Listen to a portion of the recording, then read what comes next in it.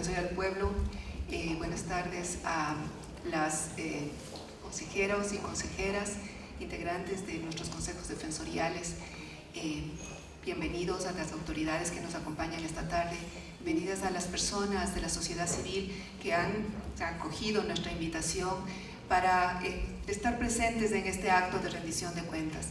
Este acto que quiere ser más allá del cumplimiento de una obligación legal que tenemos por parte de la legislación ecuatoriana y que nosotros consideramos que debe trascender eso porque debe ser más bien un acto de devolución de los aprendizajes que hemos tenido en este periodo de transición. El acto de rendición de cuentas comprende un año, el año 2018. Este año yo voy a dar cuenta de su totalidad, tratando de articular esto, un periodo de 12 meses. Sin embargo, como ustedes saben, yo soy una defensora del pueblo encargada y mi periodo es un periodo que va desde mayo hasta diciembre. Vamos a tratar de articular efectivamente estos procesos para dar cuenta de esta que fue una gestión que yo quisiera comenzar diciendo que ha sido una gestión colectiva. La Defensoría del Pueblo se ha trazado en este periodo de gestión la visión de que debe trascender la idea de una figura, de una persona, y ha ido gestando sus procesos de defensa y promoción de derechos humanos a partir de la visión de la pluralidad y del colectivo, porque tenemos que responder también a los colectivos. Entonces, esto quisiera poner como preámbulo para este proceso de rendición de cuentas. Quisiera comenzar señalando que el 2018 para la Defensoría del Pueblo es un año de avance en la defensa de los derechos humanos y de la naturaleza. Lo tomamos así, como un año que va a marcar un hito en este proceso de reconfiguración de la Defensoría del Pueblo y que se inscribe en el proceso de transición y de cambio que se planteó justamente como mandato del proceso de consulta popular y referéndum que se dio en febrero del 2018. Ese proceso nos llevó a una propuesta de evaluación a las autoridades de control y de destitución del anterior defensor del pueblo y el nombramiento de mi persona como defensora encargada. A partir del 3 de mayo comenzó el periodo de transición y este periodo de transición estuvo marcado, y en esto quiero recordar cuáles fueron mis propósitos al iniciar el proceso. El día 4 de mayo que estuve ya en la Defensoría y asumí el encargo, yo había planteado 5 aspectos fundamentales que iba a promover en mi gestión. El primero era reconocer la importancia de posicionar la independencia y autonomía institucional de la Defensoría del Pueblo. Y esto como un principio básico de vigencia de lo que se espera, no solo a nivel nacional, sino a nivel internacional de una institución nacional de derechos humanos. Este fue mi primer elemento fundamental y es el eje, además, de lo que considero que debe ser una Defensoría del Pueblo. El segundo fue promover acciones para el control de los actos de corrupción interna. El tercero, la revisión de todos los casos presentados ante el Consejo de Participación Ciudadana para honrar el proceso de evaluación. El cuarto, la reinstalación del Consejo Consultivo de la Defensoría del Pueblo por ser un espacio que efectivamente nos permita entrar en la relación y en la articulación con la sociedad civil. Y el quinto, la protección de los derechos de las comunidades y de las personas desplazadas en la frontera norte. Estos fueron mis 5 ejes de trabajo. Yo en ese tiempo pensaba y decía, creo que es suficiente. Esto es lo que pienso que puedo hacer en un periodo además que se me planteó por 3 meses, 4 meses. Esto es lo que inicialmente yo tenía como propuesta que se me hizo en base al encargo.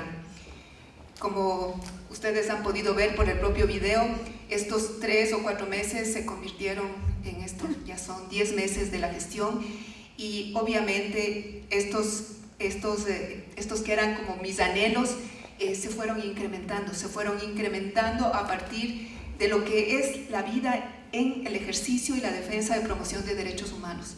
La necesidad de la respuesta a coyunturas específicas por las que pasa el país, a la necesidad de responder a violaciones de derechos humanos, la necesidad de dar respuesta a esta propuesta que hicimos justamente cuando tomé el encargo de que la Defensoría del Pueblo se reposicione y que tenga la posibilidad de ser un espacio, una casa abierta para que la sociedad civil la conozca y sobre todo que le tenga confianza.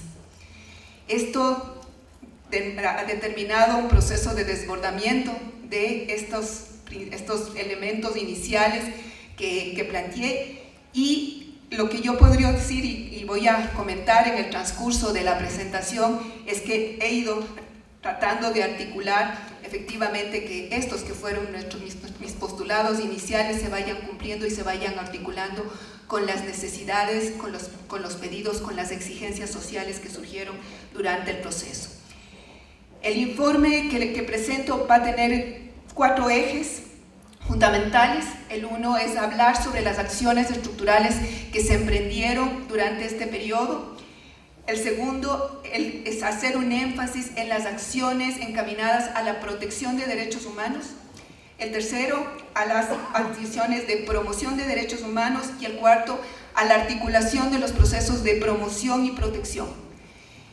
Para quien trabaja en derechos humanos, la promoción y la protección siempre tiene que ser un proceso integrado, un proceso integral además, que permita afianzar efectivamente los procesos de vigencia de los derechos humanos. Por eso estoy buscando tratar de dar cuenta de los diferentes procesos, sabiendo aún, y eso es claro, que estos pueden irse integrando y articulando.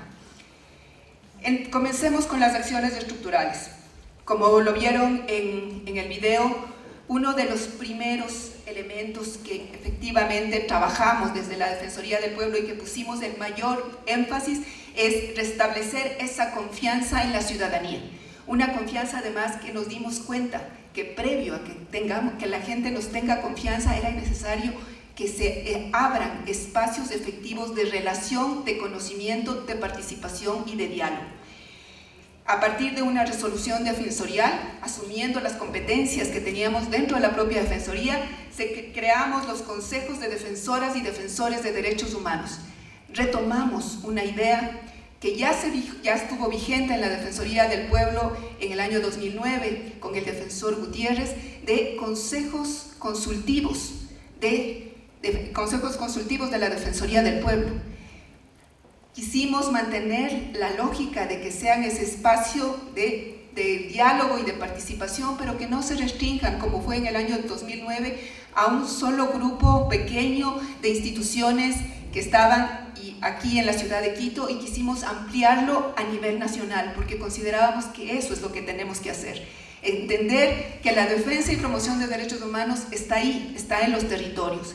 Y por eso se crearon 24 consejos provinciales, uno por cada provincia donde estamos y uno nacional, que articula efectivamente a los representantes de estos consejos provinciales.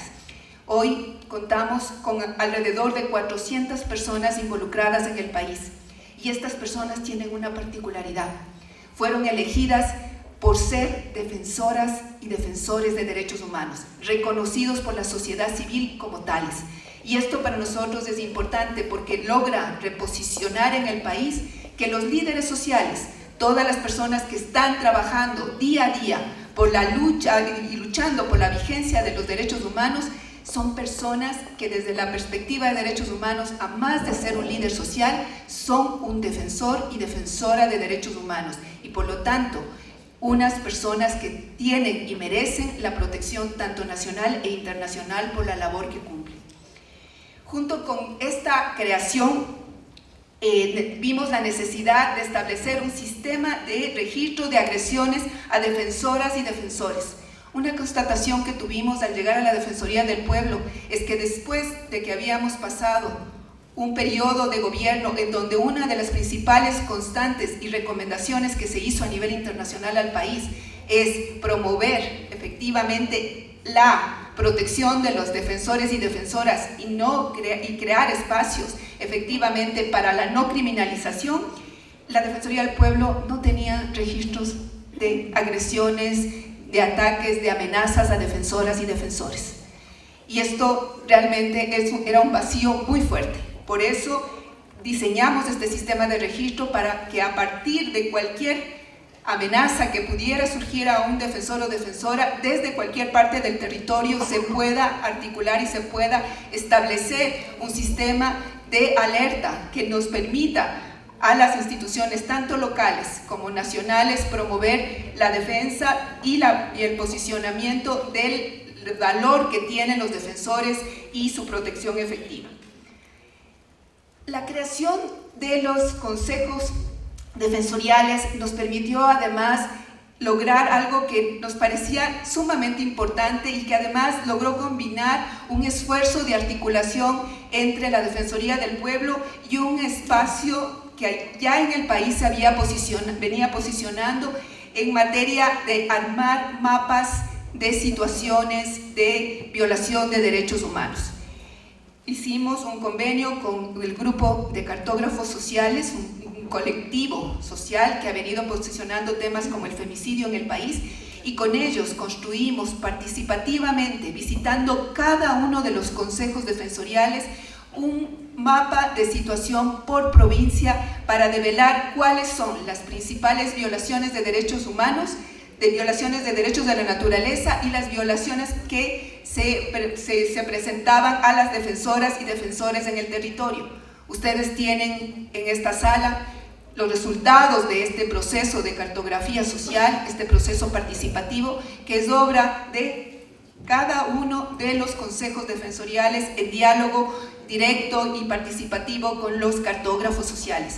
Se combinó la participación y también la técnica. Y creo que eso es fundamental para poder ir avanzando hacia un proceso de reflexión sobre la situación de derechos humanos en el país. Este es el primer ejercicio que quiere contribuir además para que podamos tener de manera anual y además podamos contar con herramientas para evaluar el grado de progreso que el Estado ecuatoriano puede tener en la vigencia de derechos humanos a partir de la implementación de informes de situación de derechos humanos.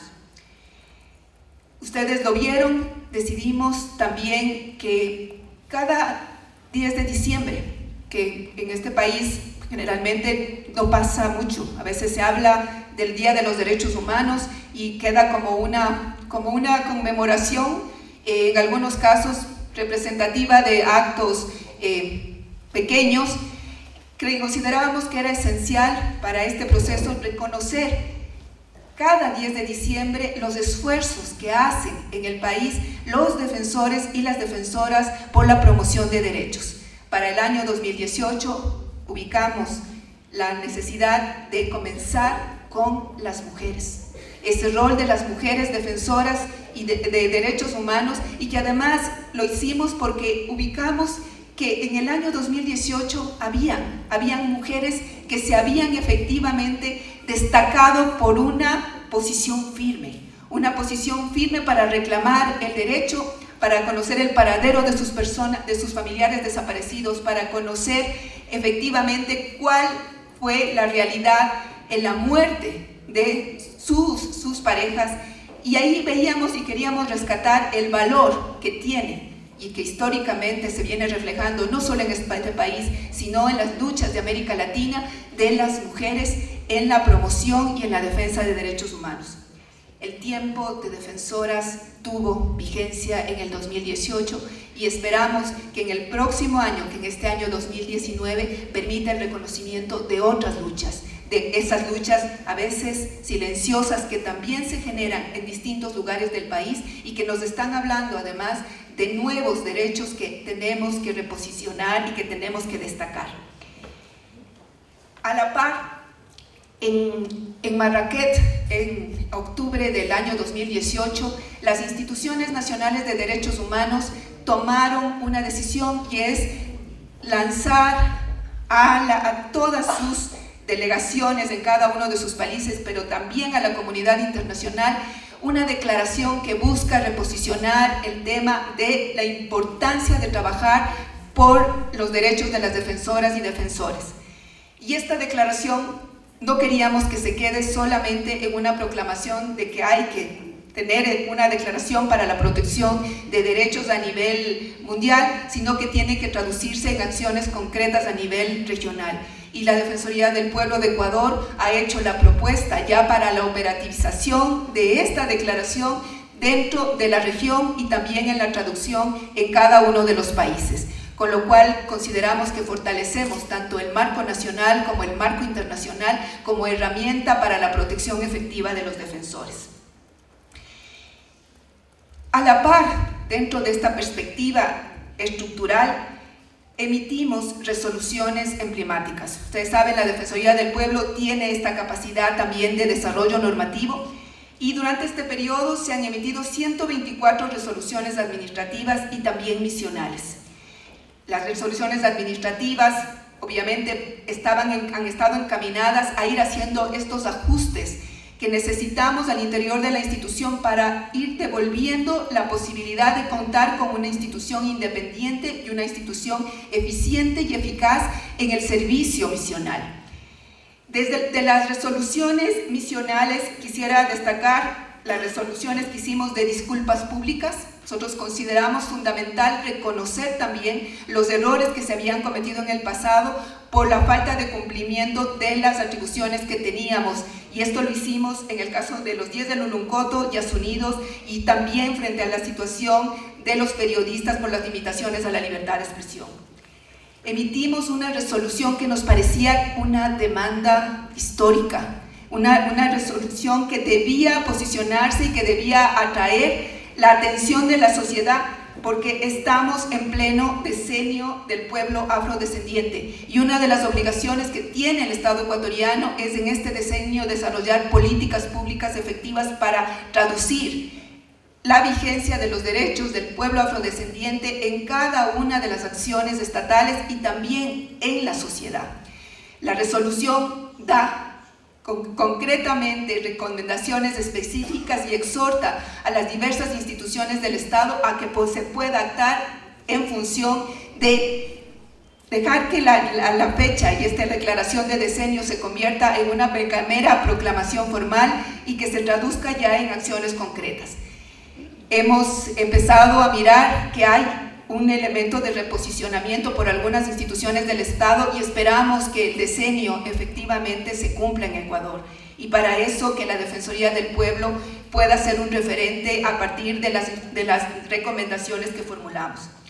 Hicimos el reconocimiento a las defensoras e hicimos una resolución también en relación al valor que tienen las mujeres amazónicas, esas mujeres que están luchando por su territorio y que están además retándonos a esa combinación necesaria que tenemos que hacer entre los enfoques de género, interculturalidad y además hicimos dentro de esta resolución un llamado expreso para que uno de los problemas más fuertes que tiene el país, que es el hecho de no respetar el derecho a la consulta informada de los pueblos, ese derecho a que los pueblos sean informados y consultados sobre las medidas que el Estado va a tomar sobre estos territorios, esté vigente. Las mujeres amazónicas fueron las que nos pidieron esto, fueron las que posicionaron y dijeron un tema fundamental para nosotros como mujeres amazónicas es que la consulta sea efectiva.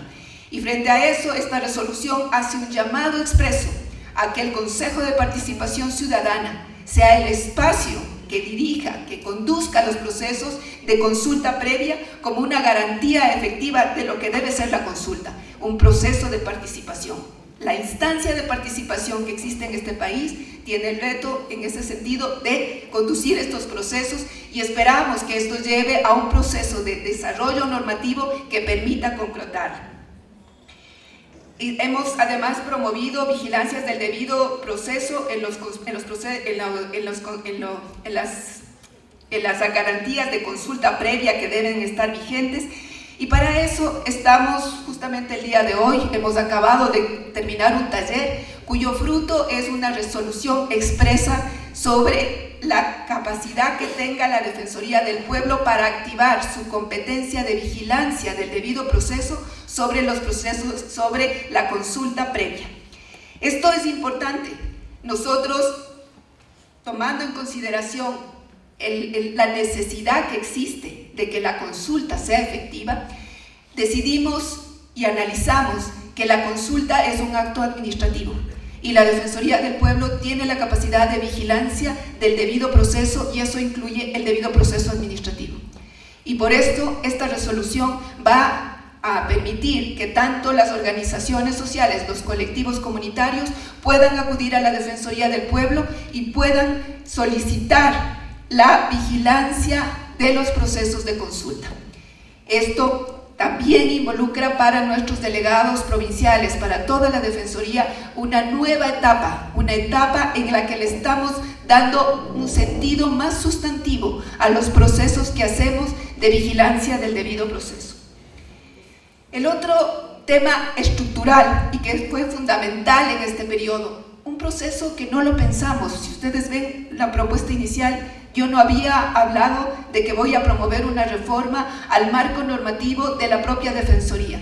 Sin embargo, recibimos un llamado expreso de la Asamblea Nacional para retomar el proceso de discusión de un proyecto de ley sobre la Ley Orgánica de la Defensoría del Pueblo. Asumimos ese reto, asumimos el reto de poder hacer aportes concretos a esta discusión, y para ello emitimos recomendaciones específicas que permitieron a la Comisión de Participación, que estuvo conociendo de este proceso, el lograr un proceso de adecuación de la normativa constitucional nacional y los estándares internacionales de protección de derechos humanos.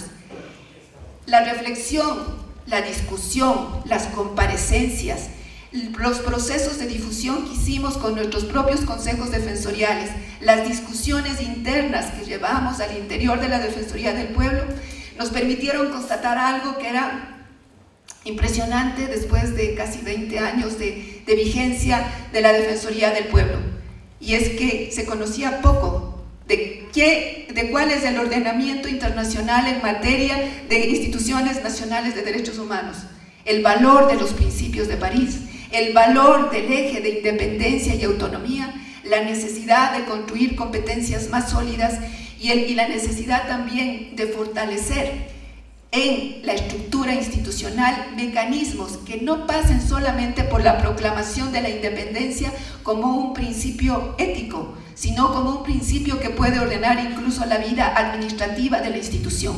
La autonomía se hace y se fundamenta en la posición que uno puede tener, justamente para activar todas las garantías, para que estas garantías puedan incluso reposicionar la actuación de cada uno de los funcionarios y para que además nos permitan enfrentar a cualquier abuso de poder con legitimidad, con garantías efectivas de que estábamos haciendo lo correcto, porque estamos fundamentados en el principio de que una institución nacional de derechos humanos es una institución de control en materia de derechos, y para ejercer el control tiene que ser independiente y autónoma. Hicimos, a partir de la incidencia y el seguimiento en la Asamblea Nacional, creo yo, un importante ejercicio de incluso diálogo con las autoridades de la Asamblea Nacional, con los legisladores. Fue un aprendizaje nuevo, creo yo, para la propia Defensoría, nuevo también para mí, pero creo que esto nos ha llevado a lo que tenemos al momento, una ley aprobada por la Asamblea Nacional y una ley que entra en debate porque hubo un veto del presidente de la República, un veto que va hacia la línea constitucional y un veto parcial que tiene que resolverlo la Asamblea.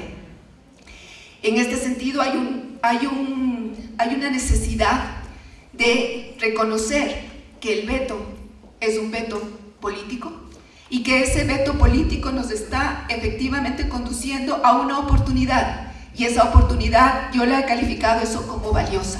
La discusión del alcance del sentido, de la naturaleza de la Defensoría del Pueblo, se va a llevar ahora al más alto tribunal en materia constitucional, y esperamos que esa Corte Constitucional posicione, sin lugar a dudas, el respeto a la autonomía de la Defensoría del Pueblo. Confiamos en que ello sea así, consideramos que tenemos todos los elementos que están dados por esa ley, una ley además que ha sido reconocida a nivel internacional, incluso por su carácter de una ley progresista, una ley que incorpora y que se inscribe en la filosofía de las instituciones nacionales de derechos humanos.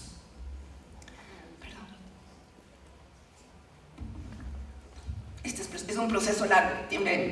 Me dijeron que para la rendición de cuentas tenemos que hacer todo un recuento de todas las acciones, y algunas, como ustedes ven, van a ser repetidas, pero quiero fundamentar algunos de los elementos que nos han permitido posicionar efectivamente estos elementos, especialmente en el ámbito estructural. La nueva ley fortalece la autonomía e independencia, articula la promoción y protección. Si uno lee la Constitución de la República, el énfasis está en la protección, pero los procesos de defensa de derechos humanos se hacen a partir de la promoción, y la promoción significa prevenir las violaciones. No significa que actuemos solo cuando hay la violación, sino que tengamos la capacidad de evitar, de lograr efectivamente que no hayan las violaciones. De eso se trata un Estado de Derecho, de un Estado que nos permita no llegar a que efectivamente nuestros derechos, los derechos de las comunidades, los derechos de la población sean violados, y que cuando se violan podamos actuar. Consolida la participación de la sociedad. La constitución de los consejos defensoriales, que ahora están vía resolución en la ley, se consagran para que puedan permanecer y no cambien como una decisión política del nuevo defensor o defensora.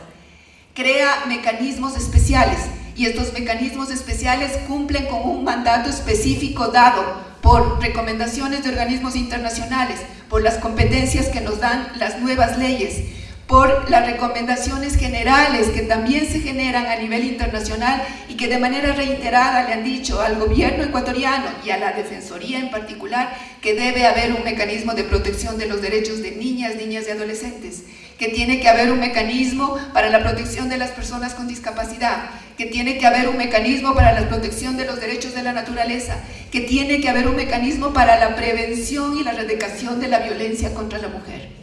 Eso está establecido en la ley. Define quiénes son los defensores. Esta ley es el primer instrumento normativo que reconoce y define el alcance de quién es un defensor de derechos humanos. La única disposición normativa que tenemos en materia de defensores está en la Constitución, y que nos dice que todos tenemos el deber de luchar por la vigencia de los derechos humanos.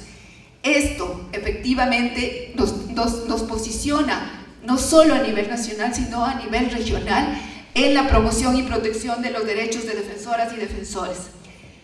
La ley promueve la integralidad de los derechos humanos, el reconocimiento de que los derechos son integrales y que deben ser interdependientes, y contribuye a esta adecuación del marco constitucional e internacional.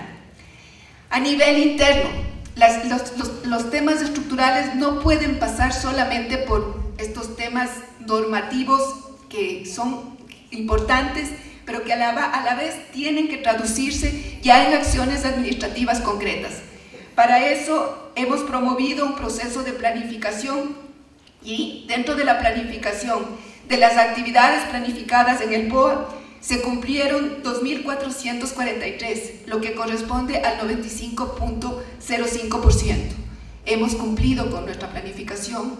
Ha sido un proceso difícil porque a la par íbamos haciendo ajustes en los procesos de planificación bajo el nuevo modelo que teníamos. Y esto en un periodo de transición es difícil. En un momento determinado pensábamos que incluso no se podría lograr, pero lo logramos, y esto creo que sí es un mérito para cada una de las delegaciones, cada una de nuestras direcciones, que puso el esfuerzo para que podamos cumplir las metas que nos habíamos trazado. Hay un proceso también de gestión y aseguramiento de la calidad de los servicios que presta la institución.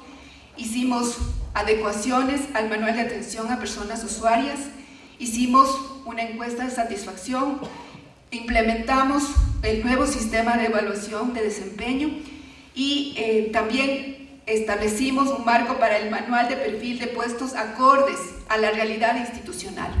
Nosotros nos encontramos con un manual de perfil de puestos que reproducía la visión e incluso las competencias del Ministerio del Interior, dicho expresamente dentro del propio manual.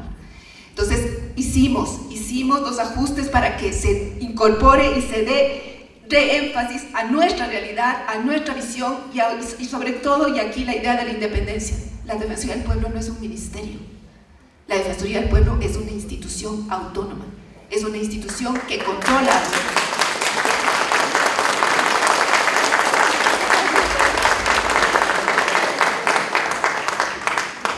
Al momento de asumir el encargo teníamos varias observaciones dadas por la Contraloría a periodos anteriores y también yo solicité dentro del proceso de lucha contra la corrupción, que también es una exigencia de la función a la que se pertenece la Defensoría, pedí unos procesos de control por parte de Contraloría. En el 2018, de 20 recomendaciones de la Contraloría, se cumplieron 10, 8 se resolvieron en forma parcial y faltan por cumplir 2, que actualmente ya cuentan con un plan de gestión y se van a desarrollar en este año 2019. A eso se han unido unas regulaciones de funcionamiento a partir de ajustes en la matriz de competencias. Tengan en cuenta que la Defensoría del Pueblo tiene nuevas competencias dadas por la Ley de Erradicación de la Violencia, entonces necesitábamos hacer estos ajustes, necesitábamos además reordenar algunas de las competencias que están distribuidas en más de 20 leyes hasta que no tengamos ya la reforma de nuestra nueva ley, y teníamos que hacer ese ajuste. Hay un modelo de gestión que incluye la presencia institucional en el territorio, la refuerza, porque sí existe esta, pero la refuerza. Y hay una directriz que para nosotros fue clave, que se emitió, y aquí el reconocimiento al trabajo de la Juntía, de la Dirección General Tutelar, por emitir una resolución para el cierre de casos. Nos encontramos con una cantidad de casos represados, casos que ya incluso se habían resuelto, pero que por este trámite burocrático administrativo que se fue diseñando cuasi judicial, se quedaban rezagados, porque para cada cierre se tenía que armar una resolución de cierre y hacer una revisión del proceso. A partir de esta resolución hemos logrado efectivamente que se cierren los procesos y poder ya orientarnos al trabajo específico que se planteaba en nuestro propio BOA y en la propia visión estratégica que nos habíamos planteado. En relación a la ejecución presupuestaria, hicimos una ejecución de 13.775.018.67 que está ejecutado de los 14 millones, lo que nos da una ejecución del 95.59%. Hemos tratado de que efectivamente la ejecución presupuestaria se cumpla y que además esta ejecución se oriente a procesos que nosotros consideramos fundamentales para el desarrollo cotidiano de nuestras actividades y para reforzar el proceso también de transición. Entonces está cumplido el presupuesto y esto para nosotros también es un motivo de satisfacción, porque también tenemos que reconocerlo, durante el proceso sentíamos que la transición podía llevarnos a que no podamos ejecutar, pero lo logramos y esto también es parte del esfuerzo de todo el personal que trabajó en ello. Hemos promovido acuerdos de cooperación internacional porque los procesos incluso de ajustes que se está viviendo en el país nos llevan a la necesidad de ello. Y en esto reconocer la apertura que ha tenido la cooperación internacional para fortalecer nuestras capacidades, nuestros equipos, especialmente en el caso de ACNUR en la frontera norte. Pide un convenio con ACNUR, contamos con una persona técnica que nos ayuda en las provincias de Sucumbíos, de Imbabura, de Carchi, del Oro, y vamos a tener ahora también en Quito. Este es un proceso que estamos construyendo y que nos va a permitir fortalecer. Teníamos en 3, ahora vamos a tener en 5 de las provincias que constituyen el eje de la frontera norte y tomando en consideración los graves problemas que vive este punto de la frontera. También con la Oficina del Alto Comisionado, que recibimos apoyo para el fortalecimiento de nuestro Mecanismo Nacional de Prevención de la Tortura, con un apoyo pequeño pero significativo para promover procesos de capacitación. Dicho sea de paso, y esto para que ustedes además nos entiendan, este apoyo, que es un apoyo pequeño, $25,000, no se pudo canalizar en 6 meses por todos los trámites burocráticos que tenemos que cumplir, pero finalmente ya está en marcha. Esto es algo que también nos habla de la necesidad de la autonomía y de tener procesos más ágiles, porque incluso la propia cooperación encuentra límites para poder respaldar las acciones cuando nosotros no podemos directamente incluir dentro de nuestros presupuestos y nos toca hacer a veces procesos desde fuera para el apoyo. Creo que eso es algo que se debe revisar. No puede ser posible que las instituciones internacionales que incluso quieren cooperar tengan estas limitaciones y estas trabas burocráticas que dificultan incluso los procesos de cooperación. UNICEF nos apoyó en un proceso que es clave, sobre todo también tomando en cuenta las recomendaciones que tenemos del Comité de Derechos Humanos y la propuesta de la nueva ley, que es la creación del mecanismo especializado en derechos de niños, niñas y adolescentes. Contamos ya con una propuesta técnica, una propuesta que ha recogido las experiencias de otros países y que nos va a servir de base para lo que podría ser este mecanismo. La GIZ nos apoyó en este proceso que ustedes ven del mapeo. O sea, esto se hizo gracias a la cooperación de la GIZ, que fue la que apoyó a los cartógrafos sociales para que hagan el trabajo de recolección de la información. Si no hubiéramos contado con este apoyo, el proceso de construcción de estos informes de situación de derechos humanos no se había podido lograr. También contamos con la cooperación de CARE, de ACNUR y de UNICEF para el apoyo en la realización de un foro regional sobre los desafíos en la protección de personas venezolanas en situación de movilidad humana. Este foro es un foro que surge después de las medidas cautelares que pusimos y es un foro que buscaba promover la necesidad de salir de la reflexión nacional de la situación de las personas venezolanas a la visión regional. Para ello pudimos contar con la presencia de defensores del pueblo de la región y articular una propuesta que ha permitido ir generando en cada una de las instituciones nacionales un posicionamiento para promover acciones en relación a la protección de las personas en movilidad humana y en este momento particularmente las personas venezolanas. Tenemos también procesos de cooperación en trámite, en el caso de ACNUR y de la Unión Europea. Es un proyecto que nos parece fundamental y que esperamos que se consolide y que le permita fortalecer la capacidad a la Defensoría del Pueblo, porque es la instalación de un sistema de alertas tempranas en frontera norte.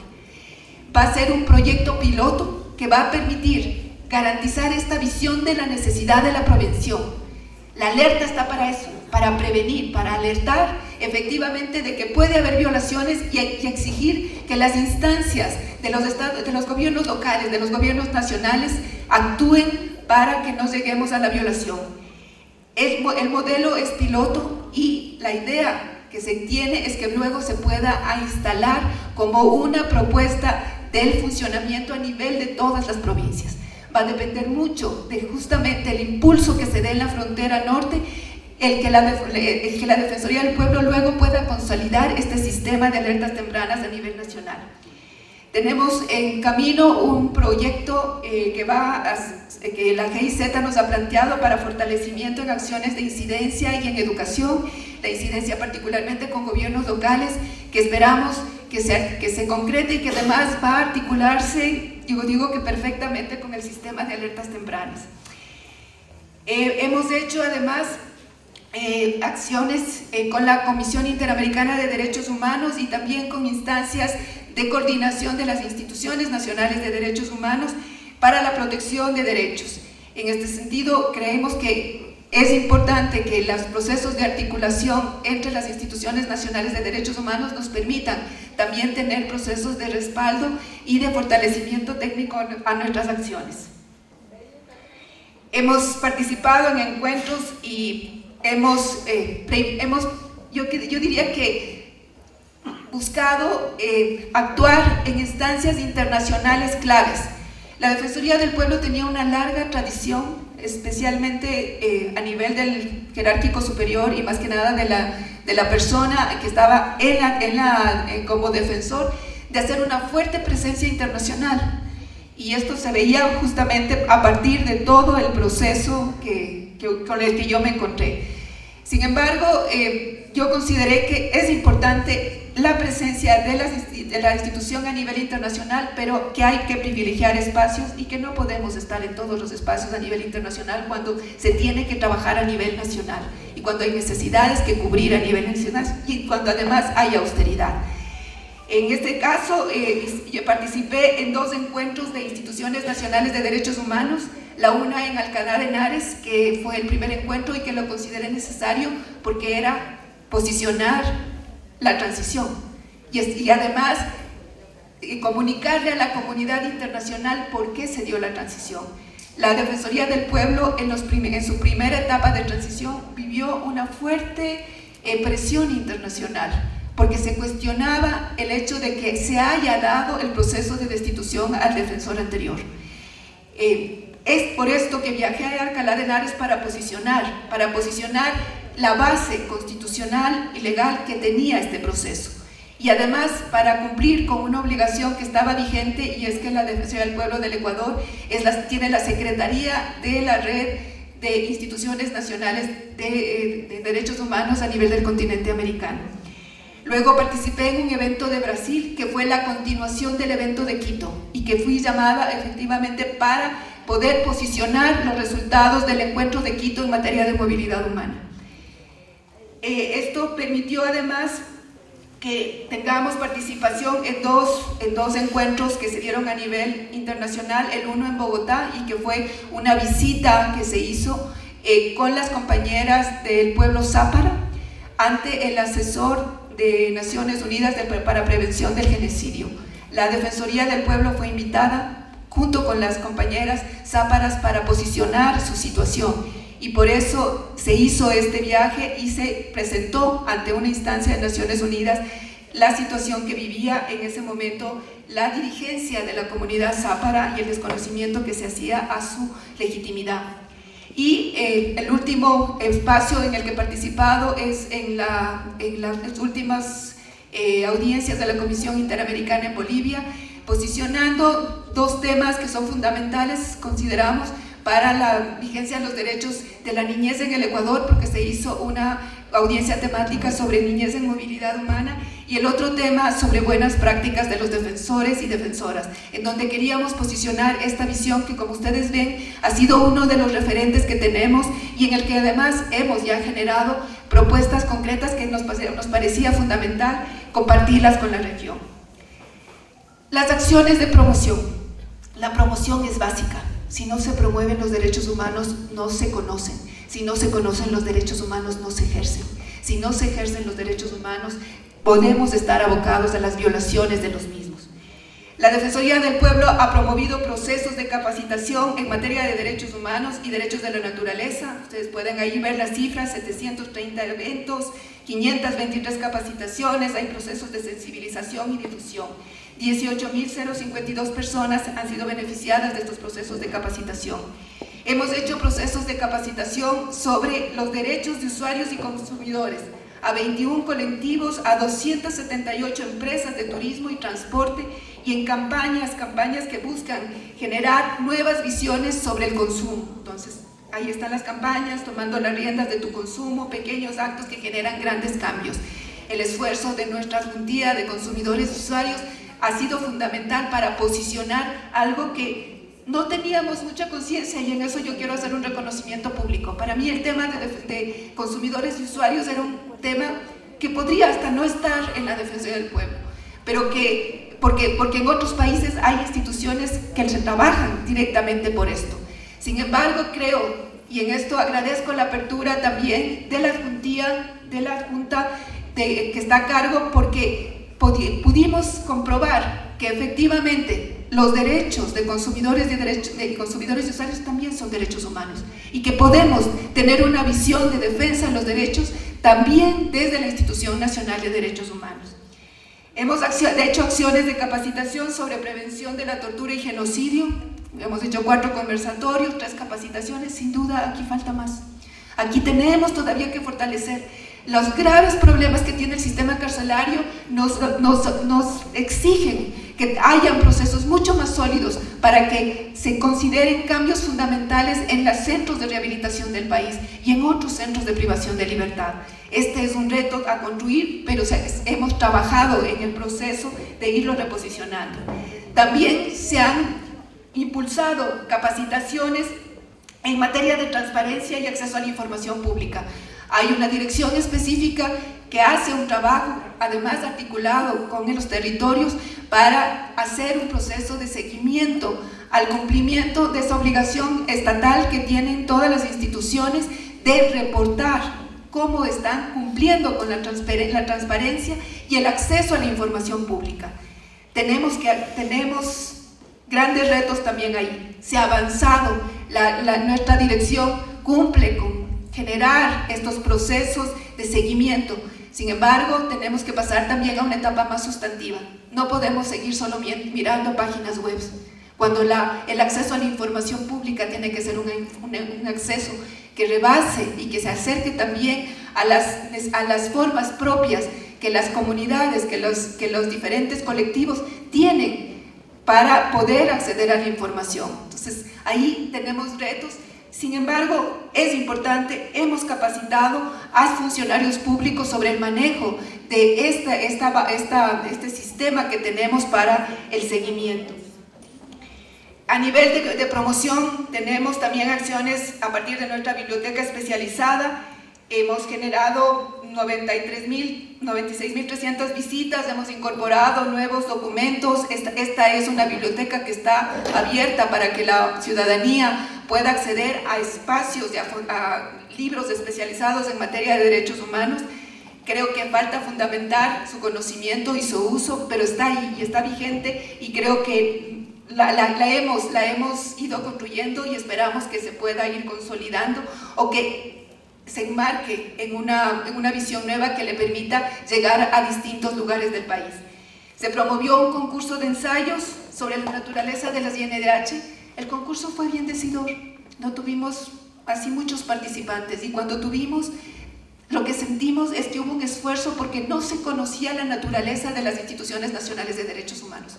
Creo que esto nos abre el reto de cómo consolidar el proceso de conocimiento y de aprobación de esta que debe ser una institución que debe ser conocida y cuyas competencias deben ser apropiadas por la población.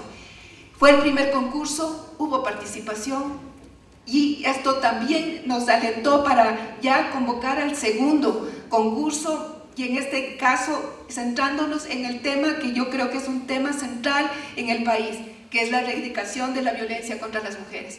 Esperamos que haya una gran participación, que haya reflexión, porque tenemos el reto de cómo construir paz en medio de tanta violencia contra las mujeres. Esto creo que es uno de los retos fundamentales, y esperamos que la reflexión, que el pensamiento también contribuya desde este concurso de ensayos a este reto. Hemos creado un espacio importante, un espacio que busca combinar el arte y la reflexión. Es un espacio distendido, un espacio donde podamos dialogar tanto los funcionarios de la Defensoría como la sociedad sobre temas importantes y temas que no pasan solamente por la coyuntura política, sino por la cotidianidad.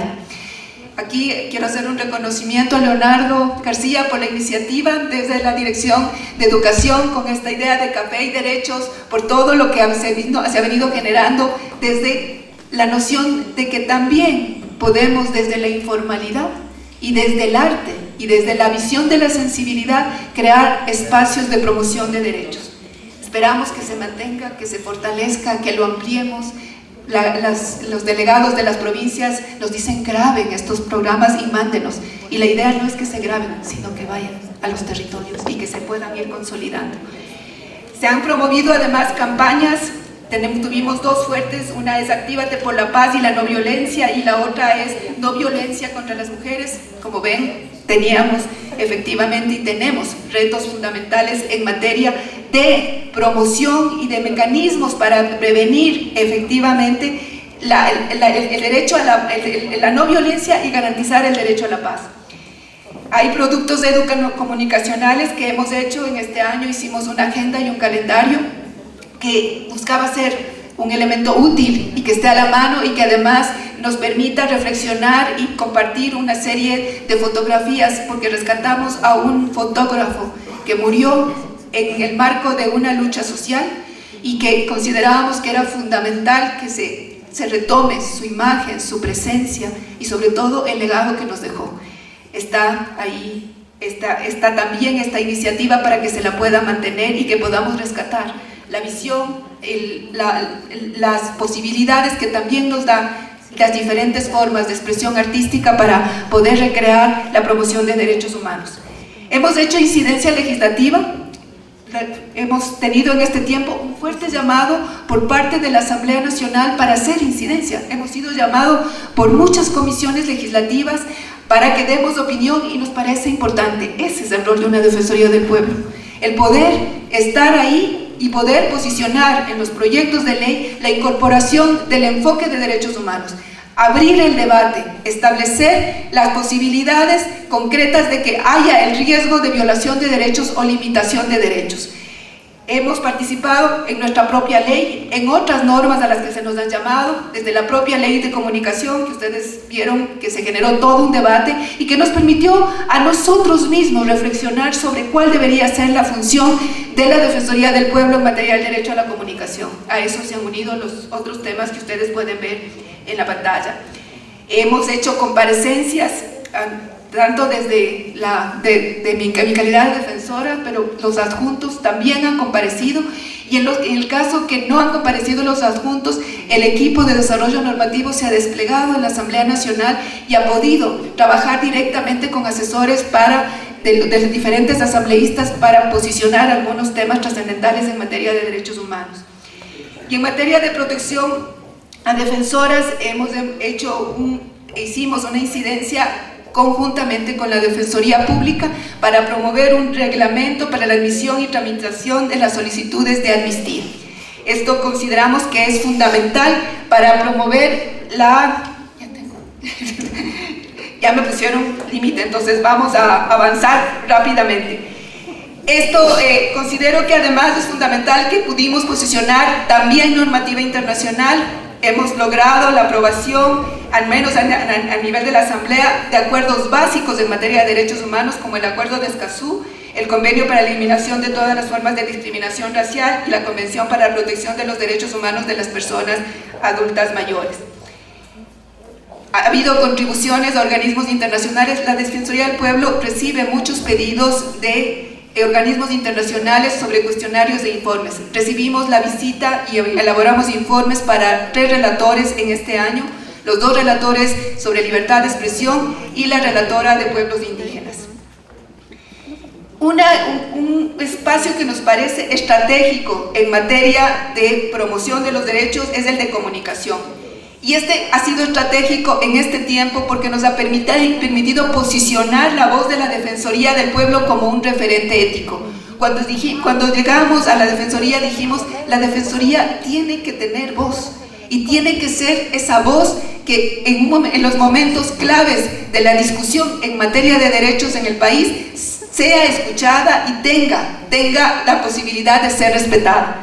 Y esto lo hemos hecho a partir de pronunciamientos. Tenemos 46 pronunciamientos y exhortos, hemos participado en 34 ruedas de prensa, hemos dado 108 entrevistas en medios de comunicación y hemos contestado 1.780 requerimientos de información sobre temas específicos desde el área de comunicación. Esta es un área que tiene este rol estratégico de también tener este contacto ciudadano a través de las redes sociales. Hemos tenido, y esto es parte de la propuesta, la Defensoría del Pueblo quiere ser esa casa abierta y hemos tratado de que sea esa casa abierta y además ese espacio que va a los territorios.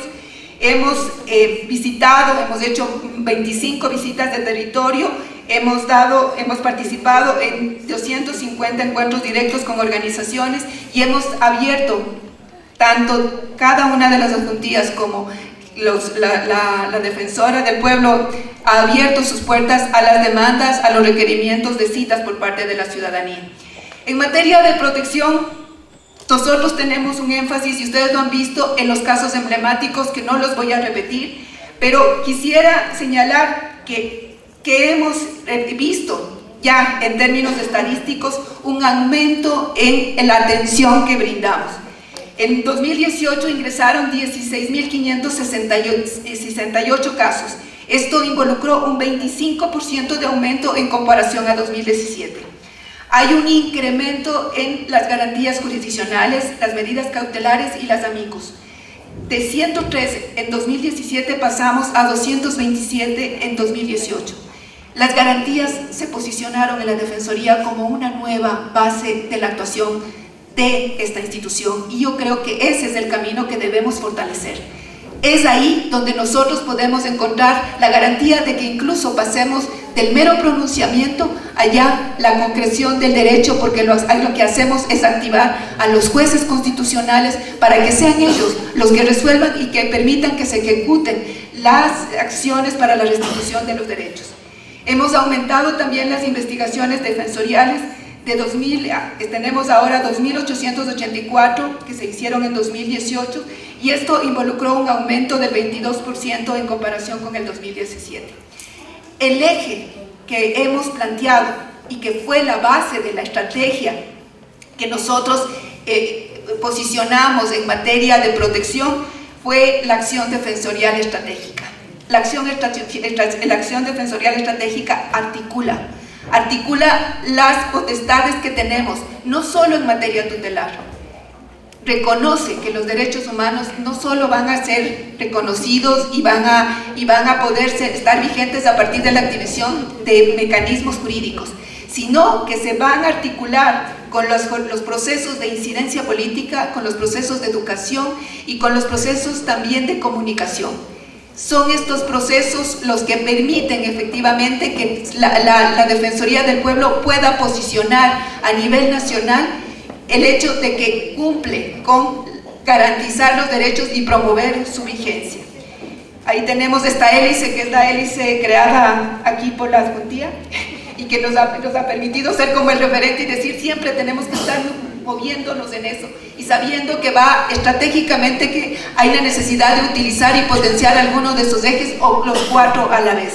Varios de los casos emblemáticos que ustedes han visto son el reflejo de la aplicación de este sistema de acción defensorial integral.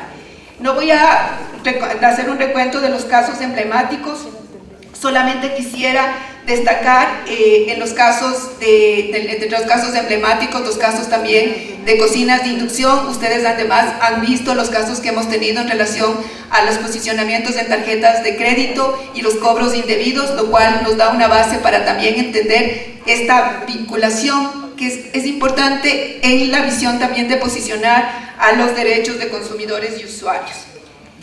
Quisiera terminar señalando que tenemos acciones específicas que hemos promovido en los procesos de reparación a víctimas.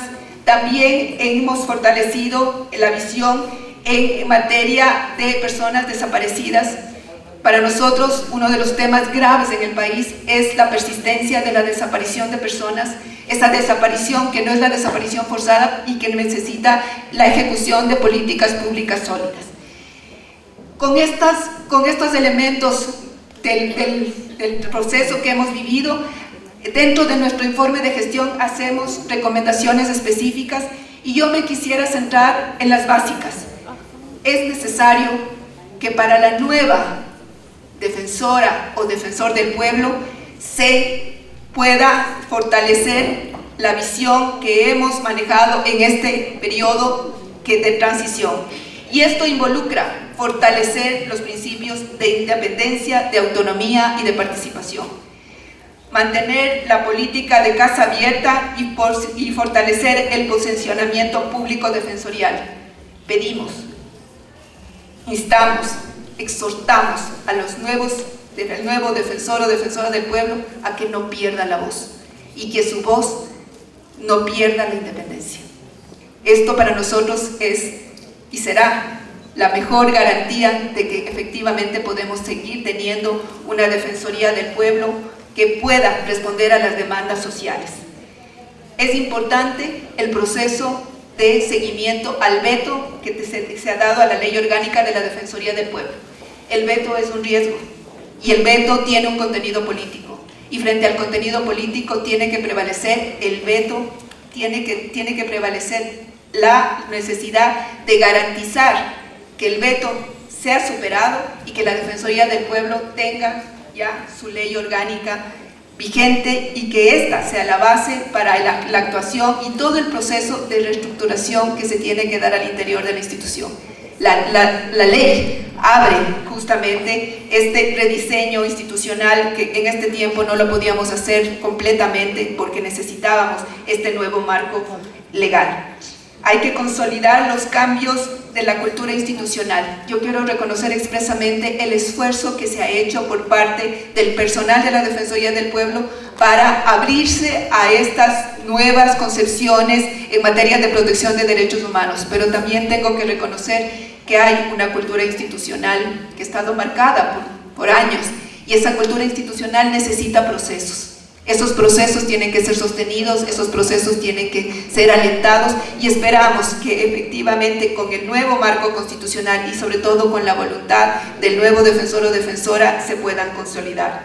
Hay que fortalecer procesos de desburocratización y desconcentración. La Defensoría del Pueblo no puede seguir teniendo un espacio tan grande de personal en la capital y con procesos, sí, de despliegue nacional, pero con equipos pequeños. Hay que fortalecer fortalecer el trabajo territorial.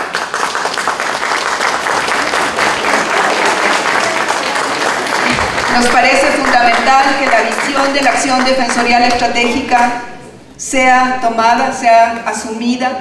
Creemos que ha dado resultados, los casos lo demuestran. Creemos que esta es una alternativa que tiene la garantía de poder efectivamente promover los derechos y sobre todo garantizar que estos sean respetados.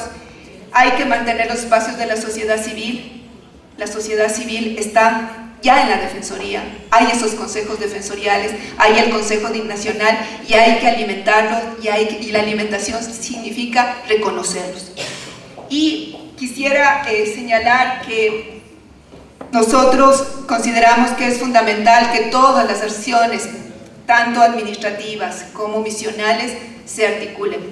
No puede ser que tengamos, como lo tenemos en el momento, un edificio que funciona, en donde funciona todo lo administrativo, y el edificio misional aquí en Quito está en otro lugar extremo. Y esas visiones y esas islas se crean, y crean también, no solo son islas físicas, sino también mentales. Entonces hay retos incluso para la articulación operativa, para la articulación misional. La Defensoría del Pueblo en este periodo de transición ha tenido retos. Consideramos que los hemos tratado, hemos puesto todo nuestro esfuerzo para que estos retos se cumplan. No hemos logrado todo, no nos daba el tiempo, pero hemos trazado una ruta, y esperamos que el defensor o defensora del pueblo que venga pueda seguir la misma ruta y sobre todo recrearla, fortalecerla, armarse de toda la voluntad política y sobre todo de toda la convicción de que la Defensoría del Pueblo en el Ecuador puede cumplir otro rol, de que la Defensoría del Pueblo tiene que ser ese espacio que, como su nombre lo dice, tiene que ser de y para el pueblo. Muchas gracias.